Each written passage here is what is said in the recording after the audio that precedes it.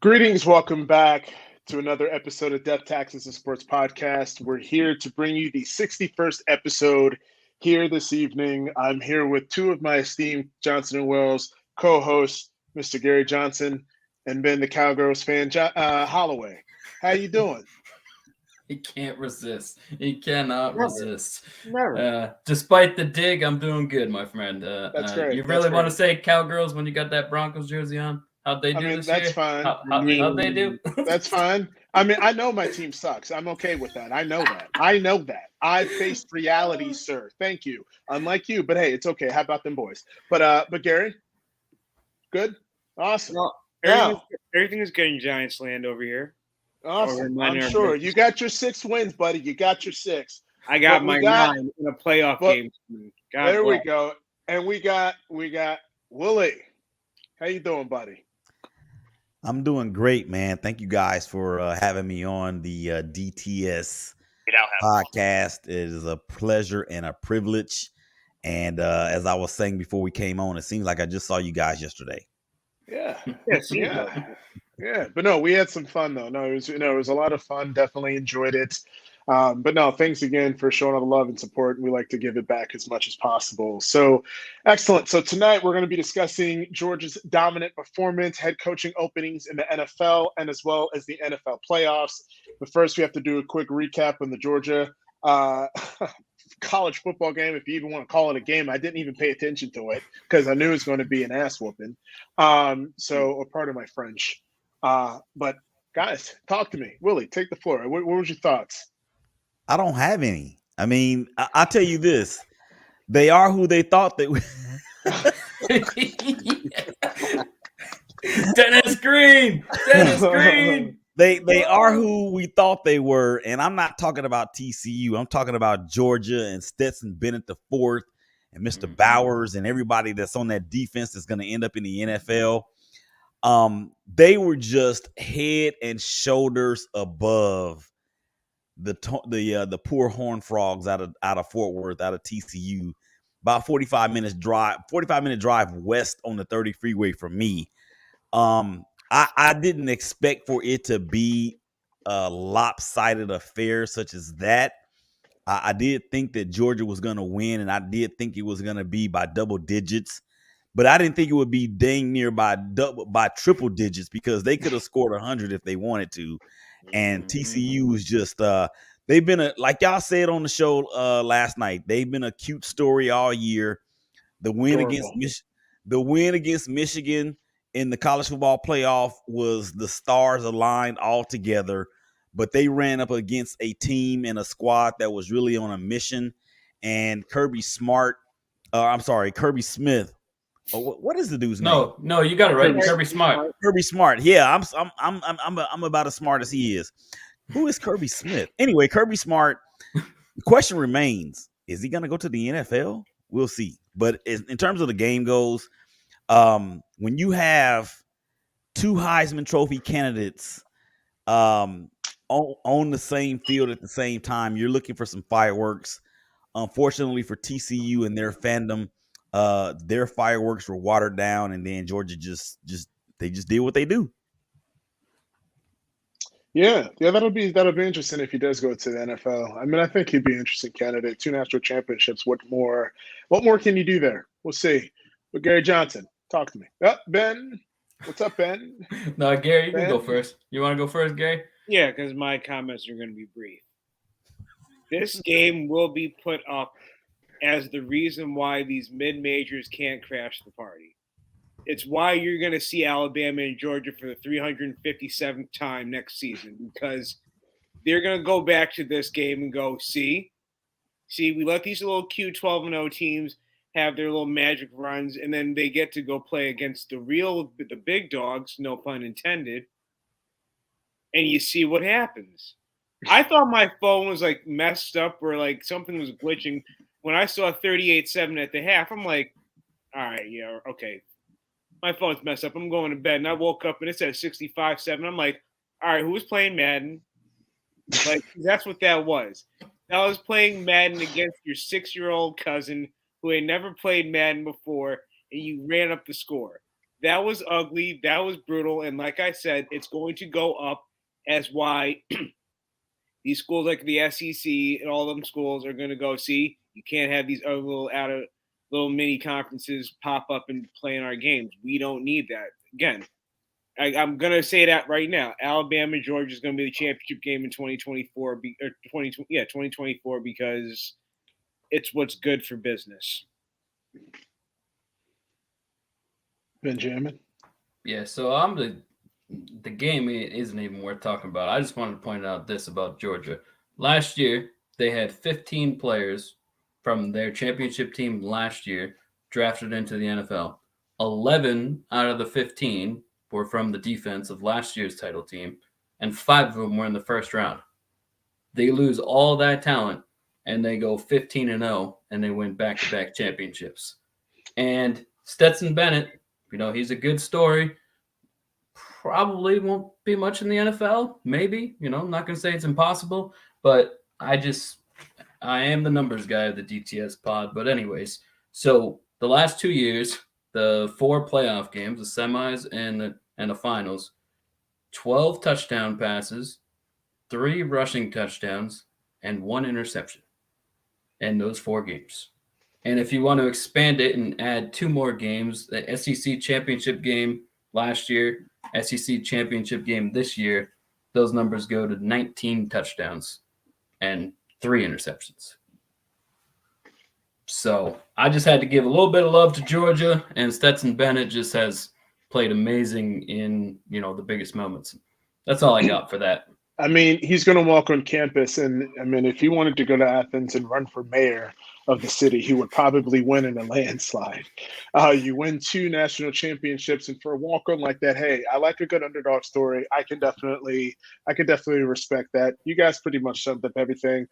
It was a cute little adorable little run for TCU, but we're just going to see the dominance of just the SEC, and I'm just not sure if anyone's going to be able to compete with them, and especially now with all this money that's been going around. One last thought before we jump to the NFL. Yeah. Sorry, Jeff, but I just want to say this. It used to be for years and years, if you wanted to win, if your kid was talented enough to play Division I college football, you wanted to give your best chance to win and to get drafted by the NFL, the answer to that was Alabama. And still, you can go to Alabama and win and get to the NFL. But right now, Georgia has creeped ahead in that. The last 5 years, that answer was Alabama. Now it's Georgia. I mean, they won back-to-back national titles, and they have like a 30-something game winning streak. So it's gonna be real interesting. But Gary, talk to me, man. What about as we kind of go into these head coaching openings, kind of active openings? Let's kind of talk about like 1 through 5. I believe there are 5 right now. Kind of going from beginning to end. Most important, least, what you think is the most attractive?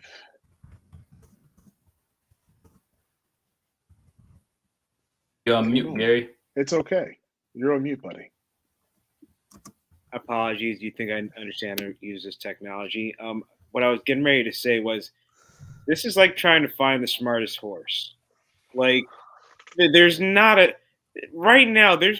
pretty job in the bunch. But if I'm gonna power rank them, just based off of the rosters as they are currently constructed, I guess going from worst to best, I'm going to go Houston at number 5. I don't see how their roster is improving anytime soon. I think they are thrust in into a rebuild. So free Lovie Smith. Listen, we can't talk about Lovie Smith or Cully because we will go another direction. Yes, we cannot go there. And I don't have that energy. They both got royally beep, and we're gonna leave that alone for now. Yes. So yes, Houston. So Houston is the worst of the bunch. I think the Colts' job is. Well, no, I'll come back to the Colts. I'm going to say Denver next. Really, you got to fix that offense. The defense is solid, but you have categorically the worst offense in fall football, and I don't know if Russell Wilson can be fixed. Jeff, I love you, but I'm sorry. That's great. That's great. That's great. Keep going with your list. Number 3 is going to be Carolina because I think that trash division notwithstanding, they have a few pieces there that you give it another year or two, they can flesh out to be something special. And really, there's going to have to be a team that's going to have to step into that place of where Tampa Bay has been. Why not Carolina? I know New Orleans is still out there, but Arizona too. I think, you can say what you want about Kyler Murray. He is talented. If he stays healthy and on the field, he is definitely somebody that is worth having out there. DeAndre Hopkins speaks for himself. As much as he was a disappointment this season, I think James Conner is still a serviceable running back. Not fantasy worthy, but definitely serviceable. And then number one at the top of the list right now, I think, is Indy. I think if you get a quarterback and that with that offense and that defense, which was playing better than what was constantly except for like the last 2-3 weeks, they kind of just phoned it in. But at the beginning of the season, they definitely had a very stout defense that was playing as well as anybody. And I think, you put a Harbaugh or somebody in that position to kind of galvanize that team, they'll be right back in it. The AFC South has no world beaters in it, But I yield the floor. Yeah, it's gonna be interesting. Willie, what you got, buddy? Yeah, I'm on the same line along the same lines as Gary. I think I will probably put Carolina at number 2 because of Kyler Murray's injury status. And I know they don't really have a quarterback right now, but I heard something on somewhere today that they're highly interested in Derek Carr. I think Derek Carr going to that team would be an upgrade at that position. Derek Carr would have some weapons there on the outside with Moore and I forgot the kid's name from LSU just that quick. Oh, Terrace Marshall III. They have a very serviceable running back, the kid that was backing up Christian McCaffrey and was very, very good after the trade. Foreman. Yeah. The Houston Texans job is probably the worst job in all of athletics. And I'm not talking about just in the NFL. I'm talking about NFL, NBA, Pop Warner, middle school. I'm talking about all that. So we're going to reserve that for just that. I think the Indianapolis Colts could be an attractive job. They underwhelmingly underperformed this year, and when you have your best player that sustained an injury and wasn't what we had been used to seeing from him last year, behind an offensive line that they spent a lot of money for or on, and they drastically underwhelmed. Of course, you had Shaq Leonard that was out for the year, so he's going to be back next year. The defense is going to be better, in my opinion. The offensive line, when they're healthy, is one of the top 3 in the league. That might be the best job out there. I could see Derek Carr landing there as well because, in actuality, there were a lot of trade talk with him being shifted to the Colts for whatever we were trying to get. I'm not really sure about the Arizona job because, like I said, because of Kyler. And then I also heard from somebody today that they are shopping DeAndre Hopkins. I got a great idea. Let's trade our best player, who's not even really in decline. He's still a top 5 wide receiver right now. Yeah, I just think that a lot of people are just down him because of that suspension, which I think is a moot at this point. But we'll see. But Ben, what you got? I was going to say, Jeff, you want to name your 5? I'll go last. Yeah. I was kind of interested about this one, but I got the Texans at number 5. Free Lovie Smith. The 2 firings just don't stoke confidence in the team, and I just think that just lack of direction at QB and just ownership. I got number 4. I got the Colts just because Jim Irsay, and more Jim Irsay, another of Jim Irsay. I think he's a sporadic owner, and just I just don't trust him. And the constant change of QB is definitely concerning, and it just seems like there's really no direction. And signing Jeff Saturday just really made no sense to me. But hey, it is what it is. I want to be biased and say the Broncos at number 1, but I'm going to go with them at number 3 just because you got Pat Mahomes in that division.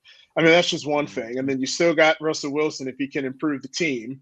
And then, yes, the defense remained a top 5, but, we'll see if they can sustain that with the coordinator if he goes somewhere else. And then I still think that Javonte Williams and Jim Patrick are two players that were very vital for us on offense. Our offense was drastically different after Javonte Williams didn't play pretty much for the second half of the season. You look at the Jets as well after Breece Hall went down, just shows you how it's pivotal to be able to have a running game.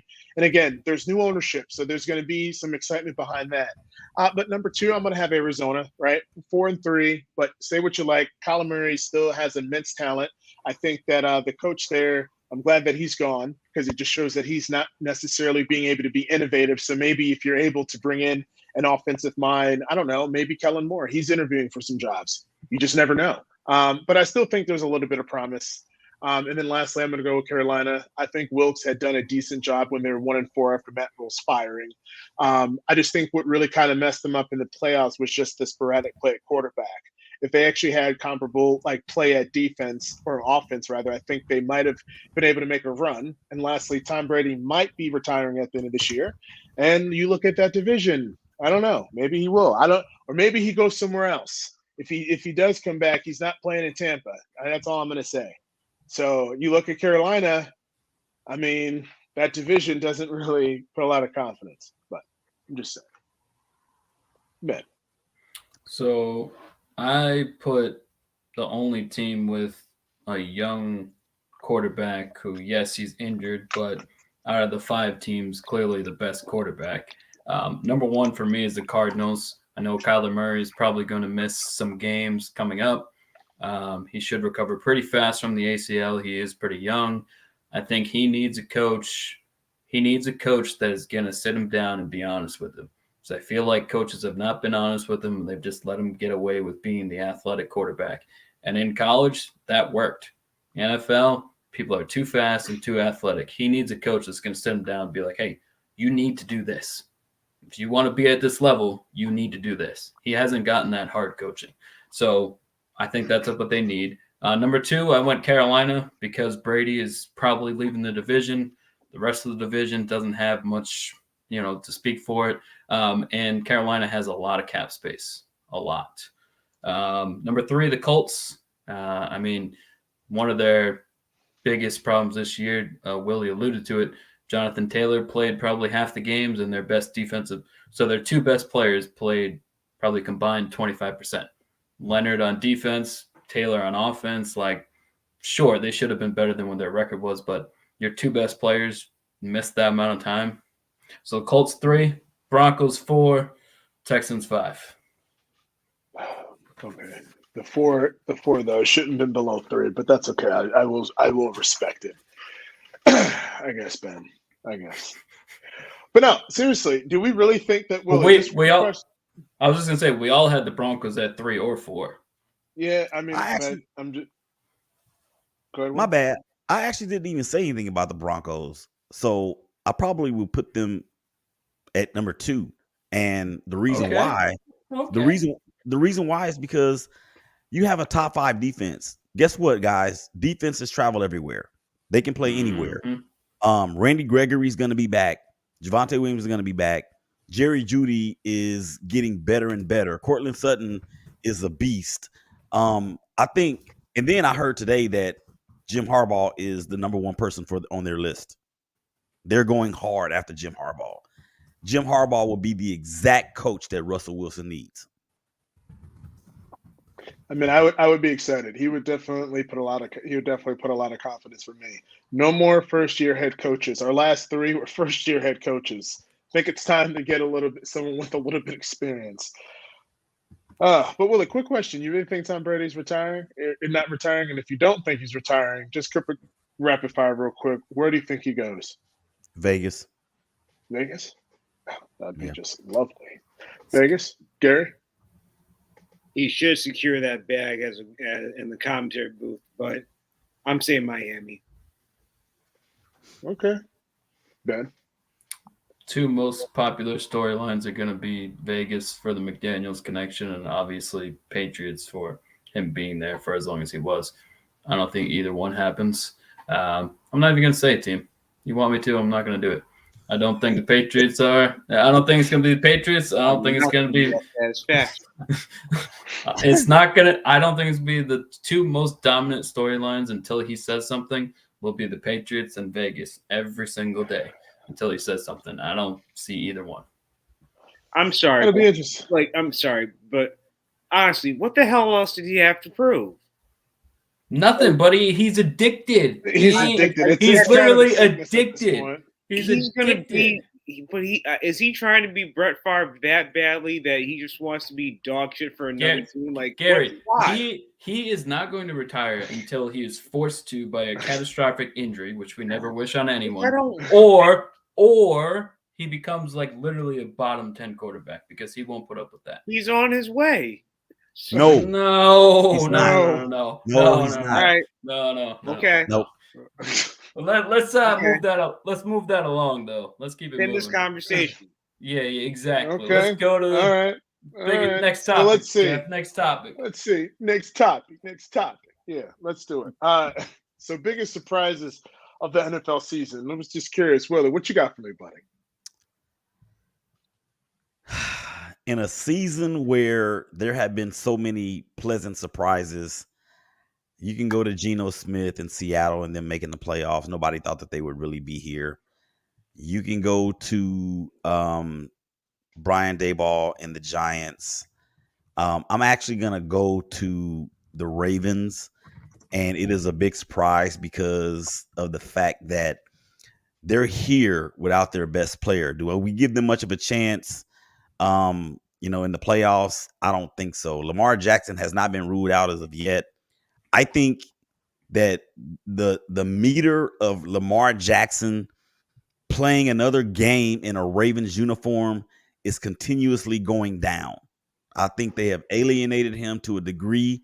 And if they franchise tag him, and then on top of that, after signing Roquan Smith to an extension for $100 million guaranteed, if I'm Lamar Jackson, I'm not putting on that jersey ever again. And next thing you know, we could have Le'Veon Bell Part 2. Mm-hmm. Why do you feel so? I'm just curious. Why do you feel like I can feel the passion? Why do you feel so strongly like that's going to be like? You got a little more context. I just want to pick your brain a little bit. You got me really intrigued. About Lamar not playing for them? Yeah. Because it's just crazy to me to think that he wouldn't go there, but I wouldn't be surprised. I mean, there's a lot of things in sports that happen. Roquan Smith just got there 2 months ago. He got $100 million. And from an offensive standpoint, he is their offense. Look at what we've seen the last 5 games. Mm-hmm. They really backed into the playoffs, and nobody is giving them a chance. They're down to their third string quarterback. Okay. And Huntley, I mean, yeah, he's a backup. That's exactly what he is. But that entire offense, guys, is tailored around LJ Era's skill set, whether it's the read option, whether it's the RPO, whether it's the spread, whether it's the power spread, whatever it is. That whole thing is tailor-made for his skill set. And now with him having sustained yet another lower leg injury, the second one in the last 2 years, and if they talk about franchising him, his minimum salary for guaranteed dollars is $250 million. $250 million. So really wait. I gotta give a tiny bit of pushback. You think he's some team, regardless of whatever team, is gonna give him more than Deshaun? Because Deshaun got 230 guaranteed. That's what I'm saying. So you're saying a team is gonna give him more? No. I don't think a team's gonna give him more. What I'm saying is that should be his number. I'm not saying. Okay. Yeah, that should be his number. I'm with you. Yeah. Okay. And I'm sorry, just to quickly interject, Ben. There's going to be a team that's going to do it. There's going to be a team that needs a quarterback that badly. There's a team in New York that's going to need a quarterback that badly, and I believe they'd be that stupid to make them just give them that kind of money. I just personally, it's not the Giants, and I'm so proud of that. Yeah, it's definitely not the Giants. As much as the signs point to what Willie's alluding to, and there is a lot of friction, and you could definitely be right, and it also partially depends upon how mad and how spiteful Lamar is, because frankly, none of us know that. But I'm gonna go in the minority opinion. what is the Ravens' next option? This reminds me a little bit. Circumstances were different, and I'll say it. Lamar's a better quarterback than Dak. Dak had a much more serious injury and still got a bag. And yes, Lamar's got hurt 2 years in a row, and he runs a lot, and there's concerns. But I just can't see the Ravens being like, yeah, you know what? Let's just get somebody else. Who? Who are they gonna get? They're gonna get Brady with that run-centric offense. Brady ain't going there. They're gonna get your boy Derek Carr. No, that ain't gonna happen. Who are they gonna get? I just think as much as there might be some friction on both sides, which there probably is, at the end of the day, just like there was friction between Dak and Jerry and Dak's agent, kumbaya, money talks. Ravens don't have a better choice. Will, you could be right. Definitely could be right. I just can't see the Ravens being dumb enough to be like, yeah, let's do something else. And honestly, like Baltimore, that's my hometown, and I tell you, those people love them some Lamar Jackson down there, man. I mean, he is as popular as the mayor there. That's how much they love him. So he is kind of the Ravens. And when you think of the Ravens, you think of Lamar Jackson now. So if you let him go, they're just going to be another NFL team, and they're going to lose a lot of money if they don't pay this guy. There's other things that I think come with it.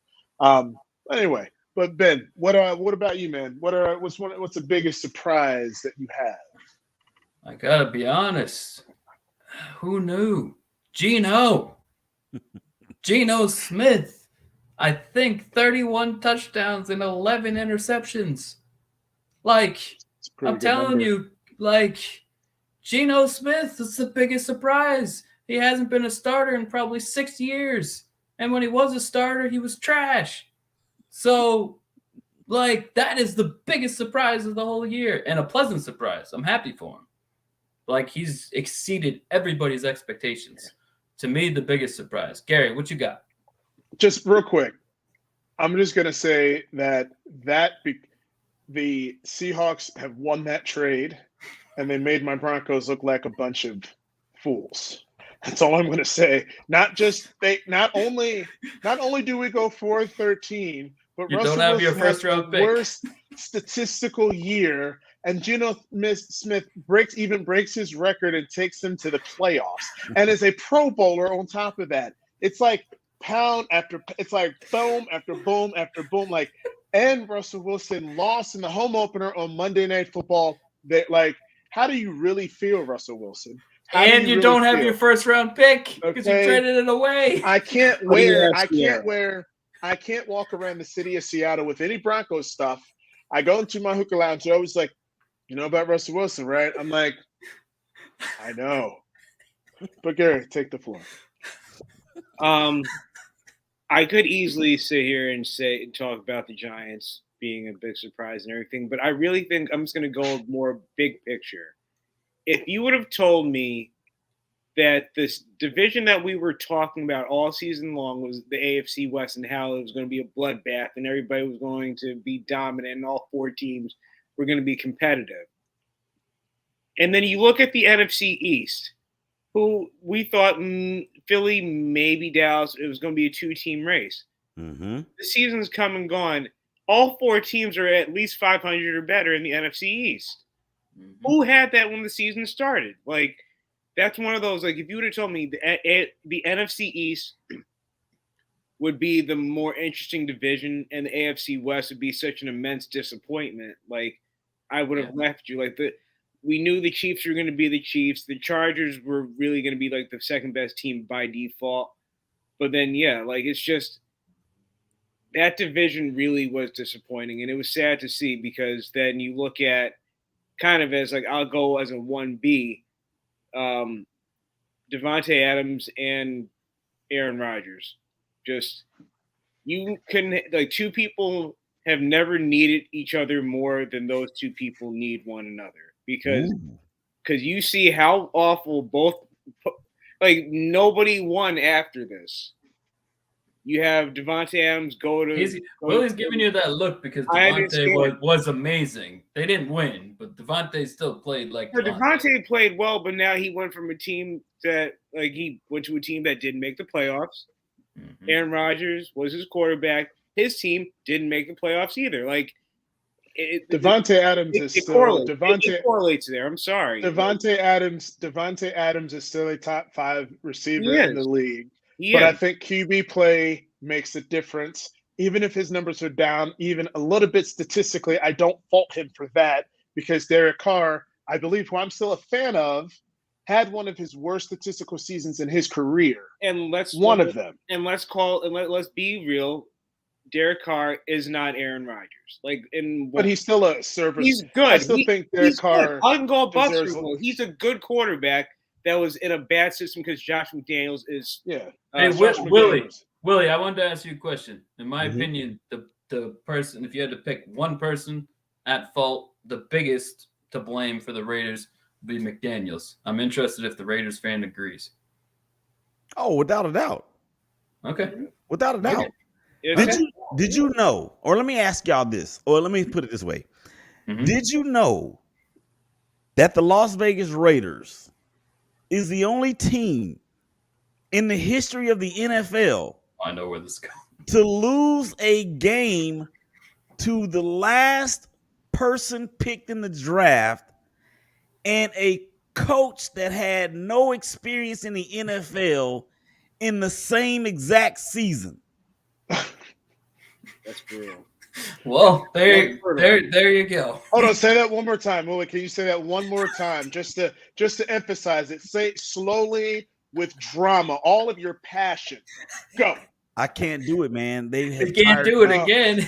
They've tired me out, man. I mean, I have nothing left. All I'm gonna say is, if you ask me the question, the question is who's more at fault? It is undoubtedly and unequivocally Josh McDaniels. I think you should have. I think Bisaccia at least earned a chance. To be honest. I mean, look at it. I think he should have been. I mean, there was so much disarray last year, and Carr and him, their leadership last year, is the reason they made the playoffs. I thought they should have given him the head coaching job. Exactly. So you go from a 10-win season and really had a chance to win that wild card game in Cincinnati to getting the best wide receiver in the league, and you are now -4 from your win total of last year. Why?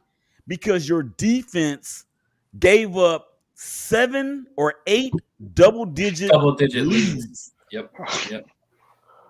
I'm done. I mean, that's just bad. I mean, and I'm not saying this even as like that's like we even said it before the season. Like, this Raiders team had the potential to be scoring more than 30 points a game and be very, very, very dangerous. I mean, that type of talent.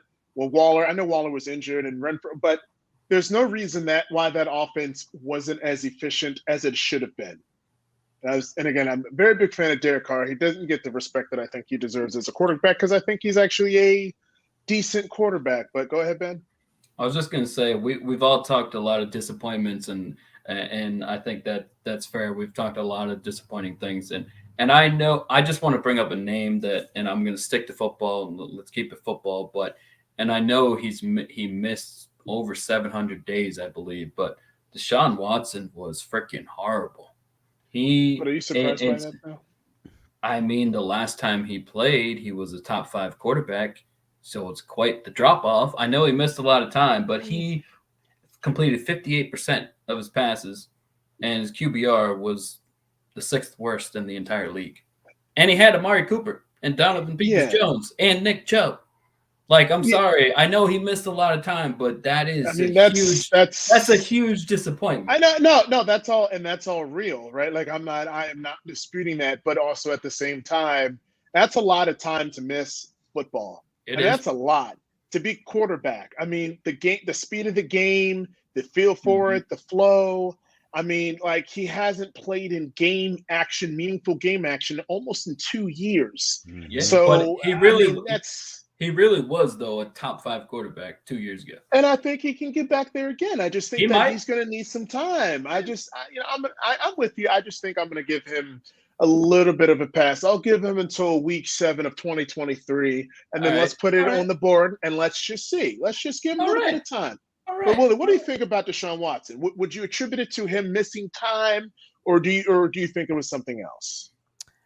Well, let me ask y'all a question. Okay. Do you think that playing quarterback in the NFL is equivalent to riding a bicycle? No. Because they say once you learn how to ride a bike, you never really forget. Playing quarterback in the NFL is significantly harder. So, yeah. like significantly. So what in the world made anybody believe that after having not played in a game in all those days that he would come back and just pick up right where he left off? No. I wasn't expecting that. I don't think anybody expected that. I didn't expect bottom 5. I tell you this, though, because there were people out there that was saying that the Browns were going to win that division. Mm-hmm, they were people out there saying that because Deshaun Watson was now in the building that they had the best quarterback in the division. We'll see how that works out. I think talent-wise, here's what I'll say. I think talent-wise, he is the best quarterback just from an overall raw skill standpoint when it comes to running, throwing, passing. But he's not the best right now. Do I think he can get there? Yes, but I think Joe Burrow has just ascended to a level that I wasn't even expecting. So I don't even know if he's even going to catch up to him, because I just think he's pretty high up there right now. But we'll see. It'll be fun. What do we got next, Jeff? What do we got next? Quarterback is tough.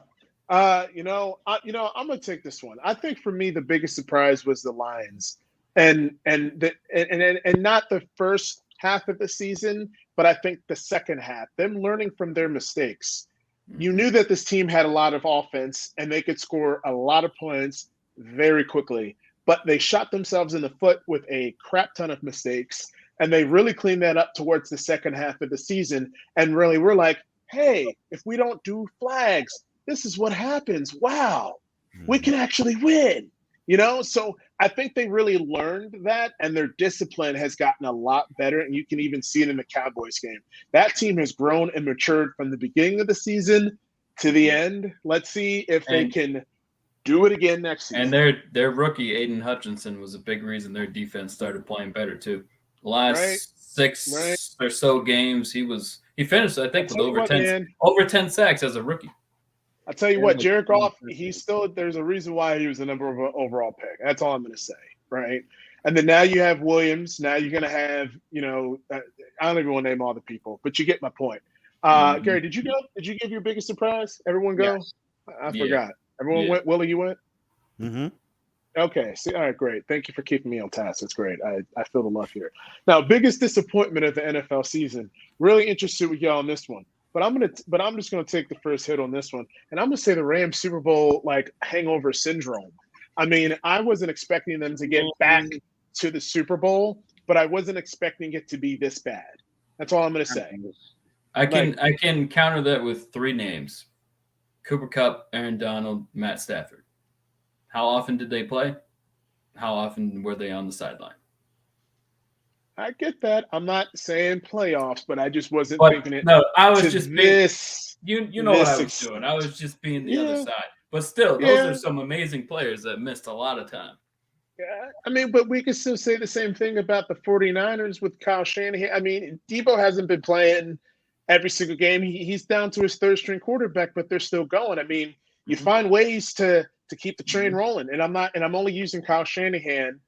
And I'm not trying to compare it to where I was expecting him to get to be at that point, but for it to be this bad, it just, I don't know. We'll see. I was just playing the other side. You know me. Yeah, the other side. It's okay. We're good. It's okay. We're good. Awesome. Looking forward to that ice cream later. Willie, what you got, buddy? Yeah. My biggest disappointment is the Green Bay Packers from a defensive standpoint. for a team that First did round picks everywhere. for a team that lost Devontae Adams, and really for the running game too. They didn't. To me, Matt LaFleur did not coach to the skill set of what his team had, especially from an offensive standpoint. You know, Romeo Dobbs and Christian, what's his last name? Christian Watson. You know, they were hoping that those two guys together would equal one Devontae, and Christian did come on there at the last part of the year. Mm-hmm. But when you have Aaron Jones in the backfield, and you have Thunder Thighs back there with them, and you have a defense. Now, I understand that Rashawn Gary tore his ACL. Prayers up for him, and shout out to his mom, who I do a show with, Real Moms of the Shield. I understand that he tore his ACL, but even before he got injured, they drastically underperformed. And I know the loss of Smith to Minnesota may have had a little bit of an impact, but dang, not a precipitous drop off like that. So six first round draft picks on that defense. Yeah. 6. Yeah. I mean, what Stephen A. Smith, he always says, Steve Lefleur. He always makes fun of him. I don't know. But Ben, talk to me. I mean, we talked about a lot of disappointments. I was ready to move on. We talked a lot of disappointments already. We talked about the Broncos. We talked about Russ. We talked about the Raiders. We talked about Deshaun. We talked about Green Bay. What other disappointments? Like, we were really. Hold on. I got one. And it's more something that I'm disappointed in. Okay. I'm disappointed in the fact that Miami made the playoffs and Pittsburgh didn't. Because I'm not a Steelers fan, but you got to give love to Mike Tomlin. 16 years as a head coach, no losing records. He willed this team to a 9-8 record, and because of tiebreakers and things of that nature, they don't make the playoffs.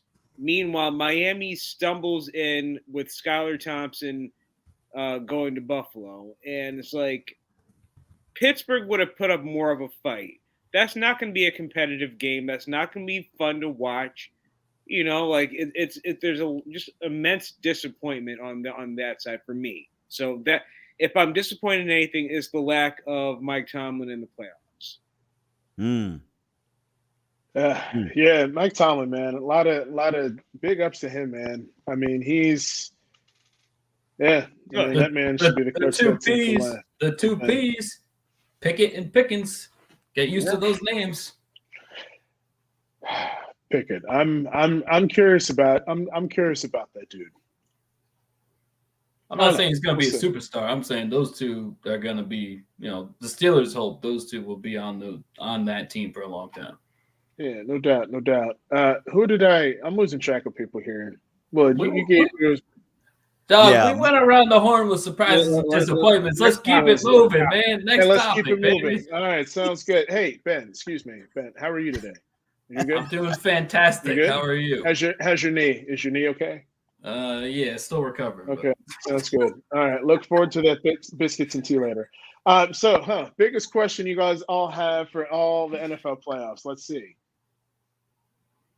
Gary. Okay, I'll go first.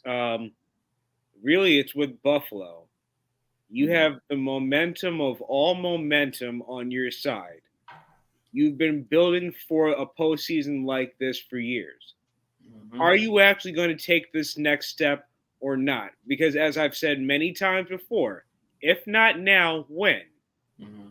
Your team is as good as it's going to get. You have to get to the Super Bowl. You have to beat Kansas City. You have to get by whoever you have to get by to get there.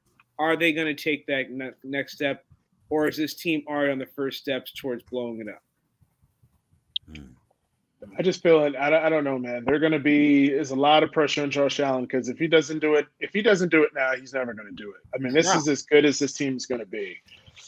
We'll see. Willie, biggest question I have for the playoffs. Is Tom Brady really going to be able to do this at the age of 45? I mean, I know that all of us, all 8 of us on the show Divided or a show Divided last night, we all picked the Cowboys to succumb to Tampa Bay, but is Brady really going to be able to do it again? That's huge. Willie, he's going to get one more. He's going to get one more win. I don't believe he's going to get anything else beyond that, but he's going to get one more postseason win, and it will be. Yeah, let's keep the Cowboys hate going. They're gonna lose, everybody. They're gonna lose. They're gonna lose. I'm sorry, but death taxes. Hey, I said it last the night. Cowboys going home in January. That's so just.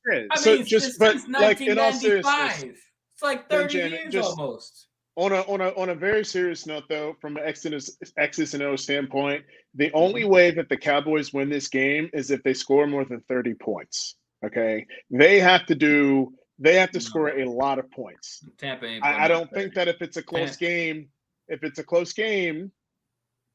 I just think that it's to Tom Brady's advantage if it's a closer game versus being a shootout. Are you sitting here saying right now Tampa's going to get 30?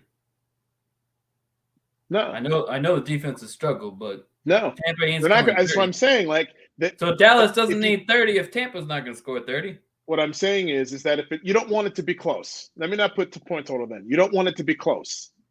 You want to be up by a lot because Tom Brady's going to find a way. That's all I'm going to say. I know you're very passionate about your Cowgirls. It's okay. It's okay. I'm here to support you. I'm just saying that we're not going to need to score 30 because Bucks ain't scoring 30. I'm very proud of you, Ben. I'm very proud of you. Just know for your fandom of the Cowboys. Very proud. It means a lot.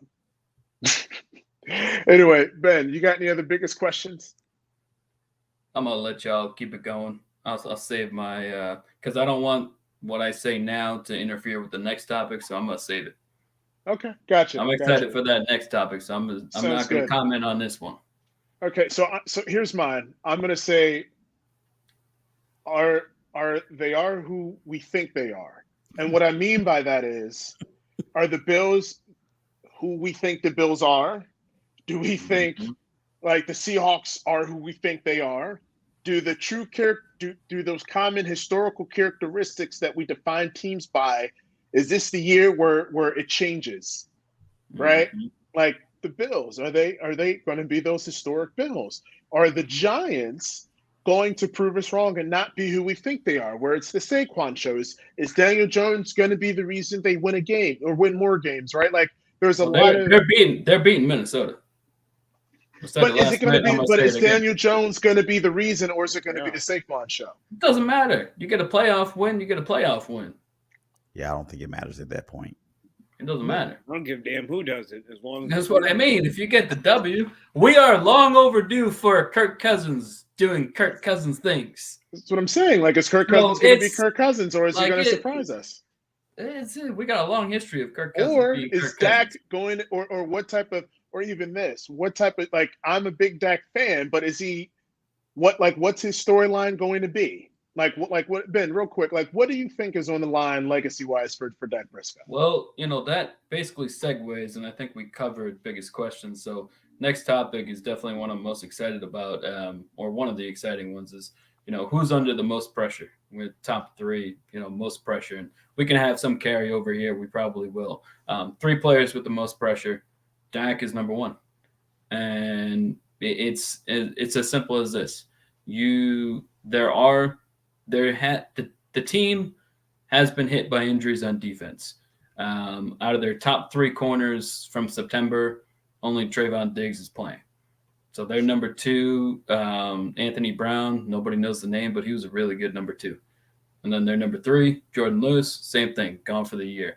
So there's injuries on defense. But Dak, you play offense.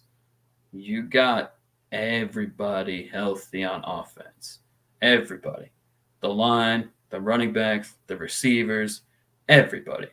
So to me, Dak is either going to, this postseason for Dak is going to prove he can be a guy to lead a team to a deep playoff run and possibly a Super Bowl, or he's going to be Kirk Cousins, a very good quarterback who gets wins, gets playoff appearances, and doesn't ever make it to a Super Bowl. Because Dak doesn't have any excuses. the whole offense is healthy. The whole offense is healthy, and I'd be lying if I told you the interceptions weren't concerning. For a while, I was like, his interception rate for his career is one of the top 3 in all of NFL history. So I was kind of going off of that, like, hey, the trend's going to stop. Trend hasn't stopped. He's throwing picks more than he's throwing it to us. So I'm definitely a little bit nervous about the interceptions. I will say this, out of the last 2 years, probably the best game he played was in Tampa. And that was off missing like 3 or 4 weeks of not throwing the ball because of a shoulder injury last year. That first game of the season, that was the last 2 years, that was Dak's best game. And, he's going back to Tampa. And, Dak was my most pressure. And I kept it simple. If I can just list my other 2 quarterbacks. Hurts, you had an amazing regular season, arguably MVP favorite till you get hurt. But you haven't won anything in January yet. So now January is a different animal. So Jalen Hurts and Gary, you already alluded to it, Josh Allen. Bills, you got to do it, man. You think Kansas City's going to sit around and give Mahomes, Juju, and Scantling again next year, or they're going to get like a legit receiver? Because they ain't going anywhere, because Mahomes ain't going anywhere, and they're going to get better receivers. So the Bills, this is your chance. And Josh Allen, you've been a great regular season quarterback. And let's be fair, had an amazing playoffs last year. 9 touchdowns and 0 picks in 2 games. But still, you haven't been to an AFC championship game, let alone a Super Bowl. So there you go. There's my 3. Yeah. This is definitely. I think this is definitely make or break for Josh Allen and as well as Dak. I mean, even if Pat Mahomes, they don't make it to the Super Bowl, he's already done it, and he's been very consistent over the last several years. So 4 straight AFC championship games. I mean, there's not really. I mean, for Mahomes, it's really just smooth sailing at this point. I think he needs to get one more Super Bowl though, within the next couple of years, so he doesn't be an Aaron Rodgers. But anyway, I digress. Willie, what you got, man? Top 3 players with the most pressure. I got Dak Prescott at number 1. I have Kirk Cousins at number 2, and I have Josh Allen at number 3. But Josh at number 3 is not more so because of negative pressure. It's because of everything that's going on around the Buffalo Bills and the city of Buffalo itself, in terms of DeMar and all of the other things that have taken place off the field in that city. I meant to shout him out in the beginning. DeMar Hamlin, great recovery. We should report, everyone knows at this point, but he's back at home. He's out of the hospital. So amazing recovery, and we're happy and obviously hope he continues to make progress. Sorry, Willie. Amen to that. So Dak Prescott, you got the bag. You got the bag after sustaining that injury. And you have thrown 15 interceptions in only 11 games this year, or 12 games this year. That's a problem. Yeah. Tony Pollard is the number. He should be RB1, and he will be after this season because Zeke is going to be gone. Yeah. I'm not really. Yeah, he's getting paid. Pollard's getting paid. Yeah. So with Kirk Cousins, I think if you guys will allow me to do this, Kirk Cousins is just this right here. Now, if you want to crown them, then crown their ass. But they are who we thought they were, and we let them off the hook. That's Kirk Cousins. Exactly. Man's been in the league for like 10 years at this point. Now, he's put up great numbers. I mean, his numbers are outstanding. But it hasn't translated to any significant wins. And one playoff win. This year, with the weapons that he has with Dalvin Cook, TJ Hawkinson, Adam Thielen, Justin Jefferson. Justin Jefferson is going to be the offensive player of the year. Yep. And I understand he doesn't play defense. Kirk doesn't play defense. But as we said last night, I mean, they are the most fraudulent 13-14 in the history of sports. Yes, they are. So yeah, Very overrated. Very, very overrated. Yes, they came back, but they were still down 33-0. I mean, the comeback was great. We should mention who were they down to? The Colts, who won Yeah, like 3 so- games, and you were down 33-0 to the Colts. Down to Matt. Yeah, What? but Gary, what you got, buddy? I think it's pretty unanimous. Josh Allen won just because that's what I just said with them with Buffalo. Like you have the momentum, and really that city is looking for just something. They have DeMar Hamlin, but they're looking for more. After what they've been through the last 18 months, it's really like that's who they're hanging their hat on to put smiles on faces. The city is hungry, man. They've never won a Super Bowl. Yeah, they're long hungry as a franchise, but just in general, just off the field and outside the world of sports, they need this perhaps more than any other team that's actively in the playoffs. Two is Dak Prescott because Jerry Jones is dying. He's getting older, and yeah, we heard from Jerry last night. Like, let's exactly. Thank you. I don't mean to be so morbid about it, but by the way, he's not a spring chicken. Let's be honest. I was just gonna say, Stephen A. Smith, as much as I disagree with him very frequently, he's right about this. Jerry Jones is lying. He went on the radio show like he always does and said McCarthy's not going to lose his job if he loses. Oh no, he's totally going to lose. That's a lie. That's a big fat out lie. I'm not. If there's anybody that's on the most pressure, player, coach, or anybody, it's Mike McCarthy because he knows exactly what. Yep. But and then three would be we said Allen, we said Dak, and then we said I'm Hearts or Cousins, one or the other. Sorry, thank you. Cousins. There we go. Because it, as you said, is he who we think he is? Is Kirk Cousins just the mediocre quarterback that he's been? And you're going up, and I love my team, but there's a reason why we're kind of called the Who York Giants, because who the hell are we throwing the football to? Who, like, we offensively, we're just this team that like is kind of patchwork, but we've made it work this season. So if you can't beat us, you already beat us basically at the gun the last time. Mm-hmm. If you can't get us in the playoffs, I mean, this is just who you are. Minnesota is that thing. Mm-hmm. This will add to their long history of suffering. Gotcha. Yeah, man. We'll see. You guys pretty much summed it up for me, so I'm not going to ask that question. I'm going to say Kirk Cousins just because the man's got to, you got to show me. But real quick, 6-7 seeds in both conferences. Pick one likely to win this weekend. Ben. Giants. Willie. I didn't hear the question. Can you say it again? The 6 or 7 seeds in both conferences. Pick one most likely to win this weekend. So in this case, let's see. So in the AFC, the 6th seed is the Ravens and the Ravens and Ravens and Dolphins in the AFC, the Giants and the Seahawks in the NFC. Yeah, I'm gonna go with the Giants. Okay. Unanimous. Yeah, pretty much Giants. Don't really give much. Well, thanks, guys. It was a great episode. Yeah. Hold on. Let's finish with this, and this was a late edition, so my apologies, but we can do really fast, rapid fire. Yeah, go for it. Out of the 1 seeds, Philly, Kansas City, you got to pick one that is you're more confident is going to make the Super Bowl. Oh, I missed that one. My bad.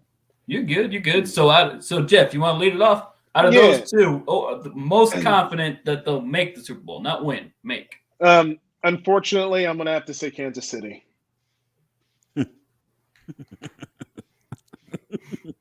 For obvious reasons. Yes. We hate them. Yes. Willie, what you got? Which one? I'm going to say Philly. And the reason why I'm going to say Philly is because Patrick Mahomes is going to have to go through either Joe Burrow or Josh Allen. And I think he's going to have to go through an upstart Jacksonville team. Not saying that they're gonna beat them, but they pose some problems, in my opinion, for Kansas City. So simply, and it has more to do with the fact of who they're facing or potentially facing, and not necessarily them themselves. Mm-hmm. Gary. No, I was getting ready to say Chiefs, but Will, you made excellent points there. So I'm going to lean towards Philly just because that path seems to be a little bit more open for them to get to the Super Bowl than Kansas City. Okay. That's real. Yeah, Ben. My answer is the Chiefs, and it's because Burrow and Allen, Mahomes ain't going to need to beat both. He's going to have to beat one, not both. Yeah, but Because one of those dudes, he hasn't even beaten yet. No, I know Burrow. Yeah, he hasn't beat Joe Burrow yet. I know. So that 2-3 matchup that's likely going to happen, Bills and Cincinnati, is going to be a fantastic game.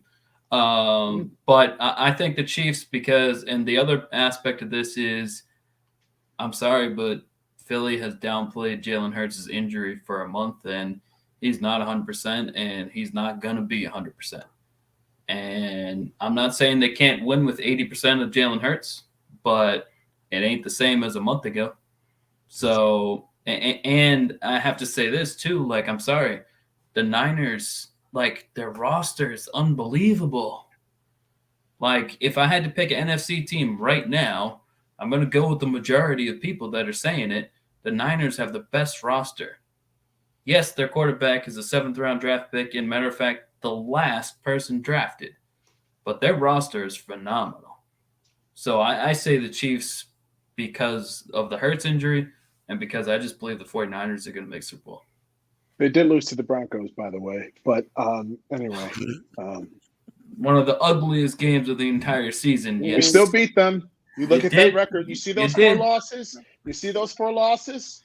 We were one of them. And they lost to the Bears, 11 to 10. The first game, Willie.